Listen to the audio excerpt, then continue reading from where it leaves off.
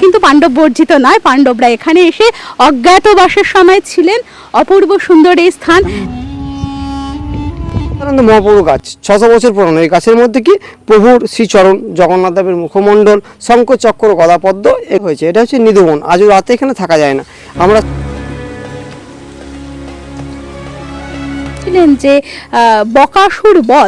বকাসুর বধের ঘটনা কিন্তু এখানেই ঘটেছিল। প্রাচীন একটি মন্দিরের ধ্বংসাবশেষ পাওয়া গিয়েছে একটি শিবলিঙ্গ।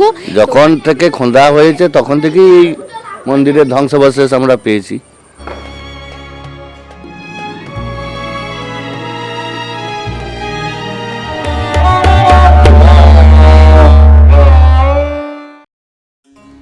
নমস্কার, আমি দেবশ্রী। পান্থজন কথায় আপনাদের সকলকে স্বাগত। ফিরে এলাম বীরভূমের একচক্রা ধাম ভ্রমণের দ্বিতীয় পর্ব নিয়ে। প্রথম পর্বটি যদি না দেখা হয়ে থাকে তাহলে প্রথম পর্বটি অবশ্যই দেখে নিন, লিংক দিয়ে দেব ডেসক্রিপশন বক্সে। দিগন্ত বিস্তৃত সবুজের বুকে এই স্থানটি পাণ্ডবতলা নামে পরিচিত। এই স্থানকে গুপ্ত বৃন্দাবন বা নিধুবন বলা হয়ে থাকে। প্রচুর মিলও রয়েছে বৃন্দাবনের প্রকৃতি, নিধুবনের গাছপালা ইত্যাদির সাথে এই স্থানের। আসুন জেনে নিই মহাভারত কাল থেকে হাজার বছরের ইতিহাস বহন করে নিয়ে চলা এই গুপ্ত রহস্যময় স্থানটি সম্পর্কে। আপনারা দেখতে পাচ্ছেন মহাভারত বর্ণিত একচক্রা নগর এই স্থান, নিধুবন বৈষ্ণবপীঠ। আমরা দাঁড়িয়ে রয়েছি সেই স্থানে যেখানে পঞ্চপাণ্ডব মাতা কুন্তী সহ এসেছিলেন। কোথা থেকে এসেছিলেন? যখন তাদের যতুগৃহ দহন বিষয়টা আপনারা জানেন, মহাভারতে যতুগৃহ লাক্ষাগৃহ নির্মাণ করে দুর্যোধন যখন যুধিষ্ঠির আদি পঞ্চপাণ্ডবকে পুড়িয়ে মারার চেষ্টা করেছিলেন, সেই বার্নাবত থেকে কিন্তু তারা সুড়ঙ্গ পথে পালিয়ে একেবারে এই বীরভূমের এই স্থানে এসেছিলেন বলে মনে করা হয়। এবং এই স্থানে অপূর্ব সুন্দর নিধুবন আছে। এখানে একটি নিম গাছ আছে যেটি বহু প্রাচীন। এই স্থানে কিন্তু ফটোগ্রাফি বা ছবি তোলা নিষেধ, এবং এই স্থানে রাত্রিবেলা কেউ থাকতেও পারেন না। অপূর্ব সুন্দর, চারদিকটা একবার দেখাতে বলবো। দেখুন কি সুন্দর দিগন্ত বিস্তৃত মাঠ, গরু চড়ছে, এবং একেবারে এখনো পর্যন্ত যেরকম বলা হয় পাণ্ডব বর্জিত এই স্থান, মানে কিন্তু পাণ্ডব বর্জিত নয়, পাণ্ডবরা এখানে এসে অজ্ঞাতবাসের সময় ছিলেন। অপূর্ব সুন্দর এই স্থান এখনো পর্যন্ত সেই রকমই বলা চলে না, তবে অনেকটাই এখনো পর্যন্ত সেই নির্জনতা, সেই অপূর্ব সুন্দর সৌন্দর্য কিন্তু এখানে এখনো বর্তমান।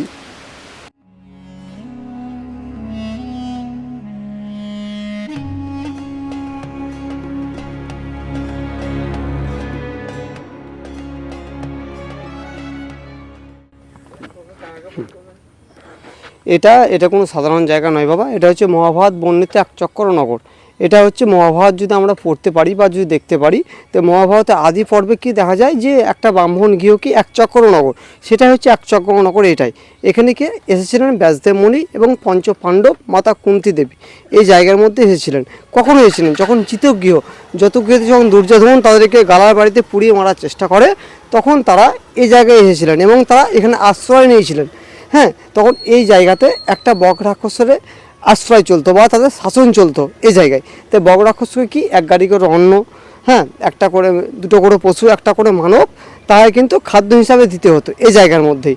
তখন কি মাতা কুন্তী ভাবেন যে আমার তো পাঁচটা মানে সন্তান আছেন, তো আপনি যে ব্রাহ্মণ গৃহের মধ্যে কি একটাই সন্তান, তার মধ্যে তার স্বামী স্ত্রী 3 জন, তো যে দেখেন কি যে যারা যাবে তাকেই তো খেয়ে নেবে। তখন কুন্তী মাতা ভাবেন যে আমার তো 5টা পাণ্ডব আছে, আমার তো 5টা সন্তান আছেন।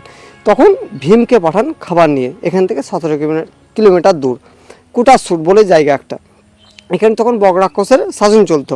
যে বক রাক্ষসকে বধ করার জন্য ভীম নিয়ে যায় যে খাদ্য, 2 গাড়ি অন্ন, একটা পশু বা একটা মানব তখন নিয়ে যায়। যেতে যেতে ভীম কিন্তু সমস্ত খাদ্যই নিজেই খেয়ে নেয় এবং পশুগুলোকে বনে জঙ্গলে ছেড়ে দেয়। তারপরে বক রাক্ষসকে বধ করে তিনি আবার পাঞ্চাল দেশে ফিরে যান। এটাই এখানকার মাহাত্ম্য। আর এখানকার যে গাছ আছে মহানিম গাছ, নিত্যানন্দ মহাপ্রভুর নিম গাছ বাবা, এই গাছের মধ্যে কেউ স্পর্শ করতে পারে না। এখানকে মনস্কামনা গাছ আছে, ঠিক আছে। এই নিত্যানন্দ মহাপ্রভুর গাছ 600 বছর পুরনো। এই গাছের মধ্যে কি প্রভুর শ্রীচরণ, জগন্নাথ দেবের মুখমণ্ডল, শঙ্খ চক্র গদাপদ্ম এই গাছের মধ্যে আমাদের মানে প্রকাশ হয়েছে। হ্যাঁ, এটা হ্যাঁ ডালের মধ্যে গাছের মধ্যে হয়েছে। এটা হচ্ছে নিধুবন। আজও রাতে এখানে থাকা যায় না। আমরা সকাল 8টার পর বা 8:30টার পর প্রভুর আরতি যখন হয়ে যায় তারপর আমরা সকলেই মন্দির ছেড়ে চলে যাই। এখানে থাকলে বাবা নিধুবন, এখানে কি হয়, এখানে থাকলে কি রাধারানীর এখনো পর্যন্ত এখানে পাইলে আওয়াজ শোনা যায়। এখানে থাকা যায় না। আমরা যদি মনে করি থাকবো, হ্যাঁ অনেক সাধু বৈষ্ণব এসছেন যে থাকবো বলে, অনেকেই বলেছেন যে থাকবো, কিন্তু সেখানে থাকতে পারেনি বাবা। কেন থাকতে পারেননি? রাতেবেলায় তারা তর্ক বিতর্ক করে থাকতে চেয়েছেন। কি রাতেবেলায় কি রাত 12টার পর তারা কি সর্পমাতা মানে সাপের দর্শন পেয়েছেন এবং তারা এখানে আসতে পারেননি। এই ভেতরে বিগ্রহ বলতে রাধারানী আছেন, ভগবান শ্রীকৃষ্ণ, অর্থাৎ আমাদের এখানে কি বলছে গিরিধারী রাধা মাধব, আর ভেতরে আছেন ব্যাসদেব মুনি, বেদব্যাস, যিনি মহাভারত রচনা করেছেন। হ্যাঁ, তার সাথে আছেন কুন্তী মাতা এবং 5 পাণ্ডব, যুধিষ্ঠির মহারাজ, অর্জুন, সহদেব, নকুল, ভীম, যে 5 পাণ্ডব, সে 5 পাণ্ডব বাবা এখানে আছেন। উত্তর কাশীর যে বারাণবত, ওখান থেকে যতুগৃহ, ওইখান থেকে তারা এই স্থলে এসেছে, এখানে এসেছিলেন। যখন যতুগৃহের পর দালান বাড়িতে যখন দুর্যোধন যখন পুড়িয়ে মারার চেষ্টা করে, একটা গালা বাড়ি করেছিল, মোমের বাড়ি যাকে বলে, সে মোমের বাড়িতে পোড়ানোর চেষ্টা করেছিল, তাদেরকে পোড়াতে পারেনি। তারা কি সুরঙ্গ পথে করে বেরিয়ে এসেছিল। হ্যাঁ, ঠিক আছে, জয় রাধ।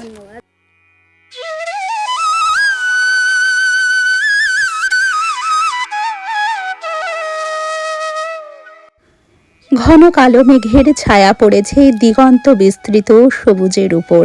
মাঝে মাঝে ঝোড়ো বাতাস, কখনো আবার ঝিরিঝিরি বৃষ্টি, সব মিলিয়ে এই অদ্ভুত স্থান আরও অপরূপ রূপে ধরা দিয়েছে। আপনারা যারা এখনও এই স্থানে আসেননি, অনুরোধ করব অবশ্যই এই স্থানে এসে রাধা গোবিন্দকে দর্শন করে যাবেন, কারণ এই স্থানটি সত্যি গুপ্ত বৃন্দাবন। আপনারা যারা বৃন্দাবনের নিধুবন ভ্রমণ করেছেন তারা অবশ্যই নিধুবনের বিশেষ আকৃতির গাছগুলোকে দেখেছেন। এখানেও কিন্তু সেই ধরনেরই গাছ দেখতে পাওয়া যায়। আর তারপরে সেই বিশেষ নিম গাছটি তো আছেই, যার মধ্যে জগন্নাথ দেব, শঙ্খচক্র গদাপদ্ম ইত্যাদি প্রতিকৃতি ফুটে উঠেছে। আমরা এক চক্রা থেকে চললাম কোটাসুরের পথে, যেখানে ভীম বধ করেছিলেন বকাসুরকে।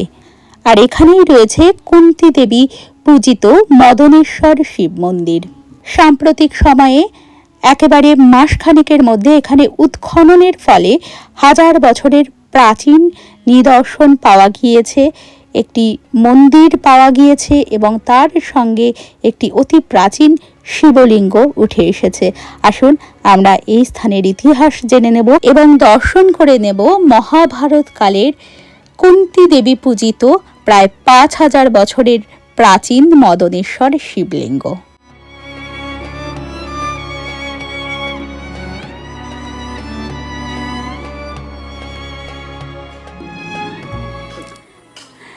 আমি চলে এলাম এক চক্রা ধাম থেকে এই কোটাসুরে, কারণ কোটাসুরের এই অঞ্চলটিও কিন্তু পাণ্ডবদের সাথে জড়িত, পাণ্ডবদের বনবাসের সাথে জড়িত।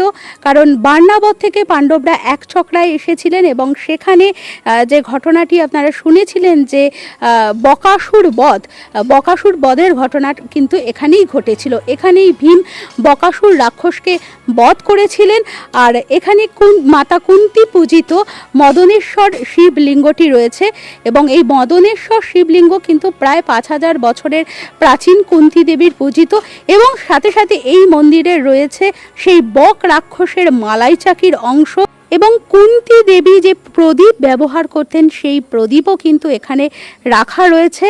তো এই অঞ্চলটির আরেকটি বিশেষ ঘটনাটা যেটা ঘটেছে, আপনারা উপরে যে মন্দিরটি দেখছেন সেই মন্দির তো আছেই, সেই মন্দির একেবারে সংস্কার করা মন্দির, কিন্তু এই মন্দিরের সামনে একটি চাতাল নির্মাণের কাজ চলছিল। আর এই চাতাল নির্মাণ কাজ করার জন্য খনন করতে গিয়ে কিন্তু বহু প্রাচীন একটি মন্দিরের ধ্বংসাবশেষ পাওয়া গিয়েছে একটি শিবলিঙ্গ, এবং প্রাচীন মন্দিরের ধ্বংসাবশেষের যে ইট ইত্যাদি পাওয়া গেছে তা পরীক্ষা করে দেখা গিয়েছে যে এটি কিন্তু বহু প্রাচীন, প্রায় কয়েক হাজার বছরের প্রাচীন এখানে একটি মন্দিরের নিদর্শন পাওয়া গিয়েছে। সবটাই আপনাদের ঘুরে দেখাবো, সাথে থাকবেন।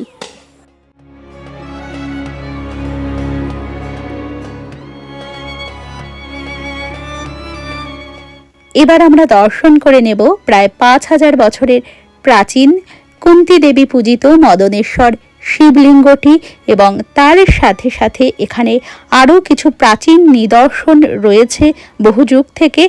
যেমন বকাসুরকে যে ভীম বধ করেছিলেন, আপনারা দেখতে পাচ্ছেন তোরণের উপর সেটি দেখানো হয়েছে ভীম কিভাবে বকাসুরকে বধ করেছেন। এই বকাসুরের মালাই চাকিও কিন্তু এখানে রাখা রয়েছে কুন্তী দেবী যে প্রদীপ দিয়ে পূজা করতেন সেই প্রদীপ, এবং বর্তমানেও এই অঞ্চলে কিন্তু প্রত্নতাত্ত্বিক উৎখননের ফলে বা কোনো কিছু নির্মাণ করার জন্য খোঁড়াখুড়ি করলেই উঠে আসে সেই হাজার বছরের প্রাচীন ইতিহাসের নিদর্শন।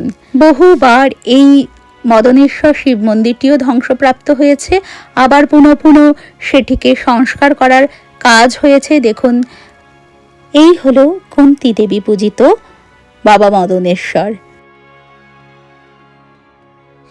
মদনদেবকে ভস্মীভূত করে শিব হয়েছিলেন মদনেশ্বর, আর এই কুন্তী দেবী পূজিত মদনেশ্বর শিবলিঙ্গটি বহু প্রাচীন, তাই সেটিকে সঠিকভাবে রাখার জন্য একটি ধাতব আবরণ পরানো রয়েছে। আর এর পাশেই রয়েছে প্রাচীন এই মূর্তিটি। এই ধরনের মূর্তি কিন্তু এই অঞ্চলে প্রায়শই পাওয়া যায়, কারণ হাজার হাজার বছরের ইতিহাস বহন করে চলেছে এই স্থান। আমরা মহাভারত কালের ইতিহাস যখন পাচ্ছি, মহাভারত কালের সময়কার যখন এই স্থান, সুতরাং কমপক্ষে এটি তো 5000 বছরের প্রাচীন হবেই। তাই সর্বদাই কিছু উৎখনন করলেই এখান থেকে বেশিরভাগ সময় বেরিয়ে আসে প্রাচীন সমস্ত বিভিন্ন জিনিসপত্র, প্রত্নতাত্ত্বিক জিনিসপত্র প্রায়শই এই স্থান থেকে বেরিয়ে আসে। দেখুন কি অপূর্ব সুন্দর এই মন্দির চত্বর।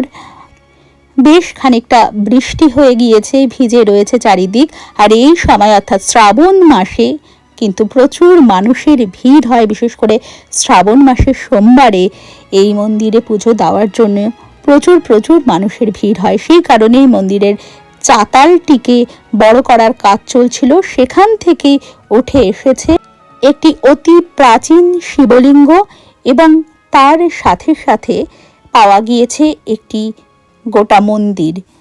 আর এখানে দেখুন বক রাক্ষসের মালাই চাকি। বক রাক্ষসের মালাই চাকি বলা হয় এই প্রস্তরীভূত যে একটি বস্তু পড়ে রয়েছে, এটিকেই বলা হচ্ছে বক রাক্ষসের মালাই চাকি। কয়েক হাজার বছর ধরে এই স্থানে রয়েছে এটি, স্থানীয় মানুষদের এটি বিশ্বাস। দেখুন, একটি একেবারে মালাই চাকির আকৃতিরই কিন্তু এই বস্তুটি, বলা হচ্ছে এটি বক রাক্ষসের মালাই চাকি। তার সঙ্গে পাওয়া গিয়েছে বেশ বড়সড় আকৃতির একটি প্রদীপ, যাকে বলা হচ্ছে দেবী কুন্তীর প্রদীপ। তিনি এই প্রদীপ পুজোর জন্য ব্যবহার করতেন, এটি বিশ্বাস। দেখুন, বেশ বড় সড় আকৃতির এই প্রদীপ। আমরা স্থানীয় বাসিন্দাদের কাছ থেকে এই প্রত্ন উৎখননের ব্যাপারে জেনে নেব, কথা বলে নেব তাদের সাথে, কিভাবে কবে প্রাচীন মন্দিরের ধ্বংসাবশেষ এবং সুপ্রাচীন শিবলিঙ্গটি পাওয়া গিয়েছে। আপনারা দর্শন করুন শিবলিঙ্গটি। অনুমান করা হচ্ছে বেশ কয়েক হাজার বছরের প্রাচীন। এই মন্দিরের চাতাল নির্মাণের কাজ করতে গিয়ে প্রত্ন উৎখননের সময় শিবলিঙ্গটি পাওয়া যায়।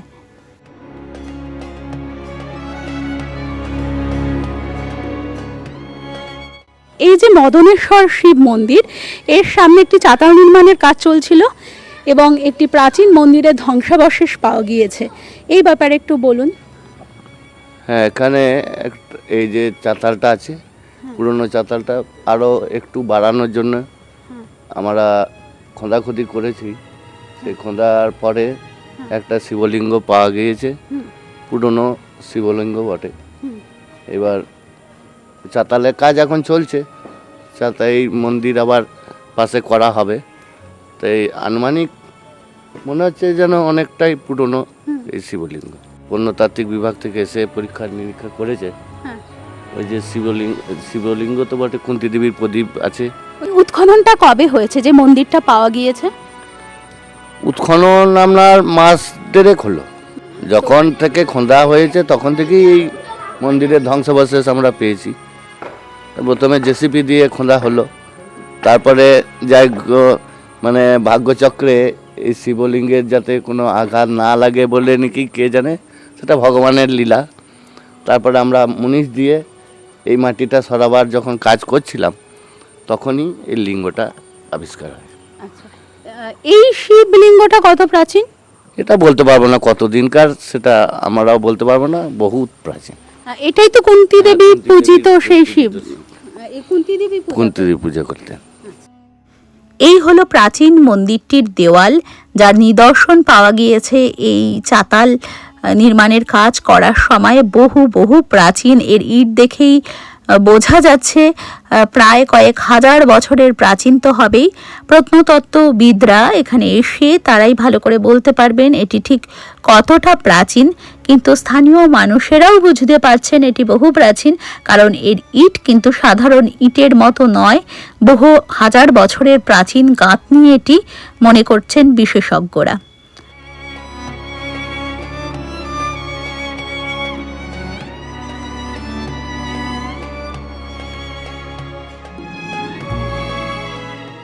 মন্দির চত্বরে আরও বেশ কিছু দেবদেবীর স্থান রয়েছে। এখানে মা কালীর স্থান দেখুন, এই পাথরগুলোর উপরে মা কালীর একটি স্থান রয়েছে, পাশেই রয়েছেন বামদেব। এখানে এখনও প্রচুর সাধকেরা এসে সাধনা করেন এবং তারই সাথে সাথে এখানে বাবা ভৈরবের স্থান রয়েছে, ক্ষেত্ররক্ষক ভৈরব, তার স্থানও রয়েছে। রয়েছে দুটি শিব মন্দির, আরও দুটি শিব মন্দির রয়েছে। এই মন্দিরের ভেতরের যে শিবলিঙ্গগুলো রয়েছে সেগুলো আপনারা দর্শন করুন। দেখুন, একটি মন্দিরের ভেতরে এই শিবলিঙ্গ এবং অপরটির ভেতরে এই ধরনের শিবলিঙ্গ রয়েছে। আর এটি মা ষষ্ঠীর স্থান।